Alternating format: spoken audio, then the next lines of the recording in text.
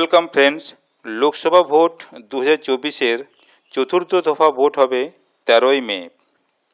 এই দফাতে কোন কোন লোকসভা কেন্দ্রে কোন কোন প্রার্থী অংশগ্রহণ করেছে একটু দেখে নেওয়া যাক। আজকে আমরা যে লোকসভা কেন্দ্র নিয়ে আলোচনা করব সেটি হলো বোলপুর লোকসভা কেন্দ্র।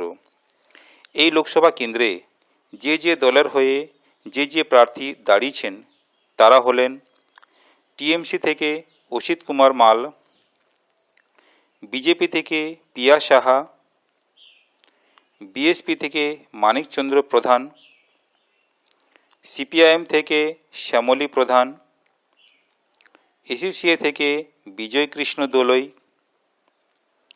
এইচএসএস অর্থাৎ হিন্দুস্তান শক্তি সেনা থেকে মন্টু ধীবর, এমপিআই অর্থাৎ মূল নিবাসী পার্টি অফ ইন্ডিয়া থেকে শান্তা দাস এবং নির্দল দাঁড়িয়েছেন একজন অতুল চন্দ্র বাউরি।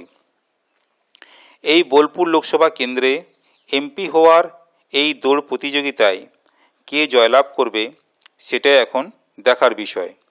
ভিডিওটি ভালো লাগলে শেয়ার করবেন। আপনারা ভালো থাকবেন, সুস্থ থাকবেন। ধন্যবাদ।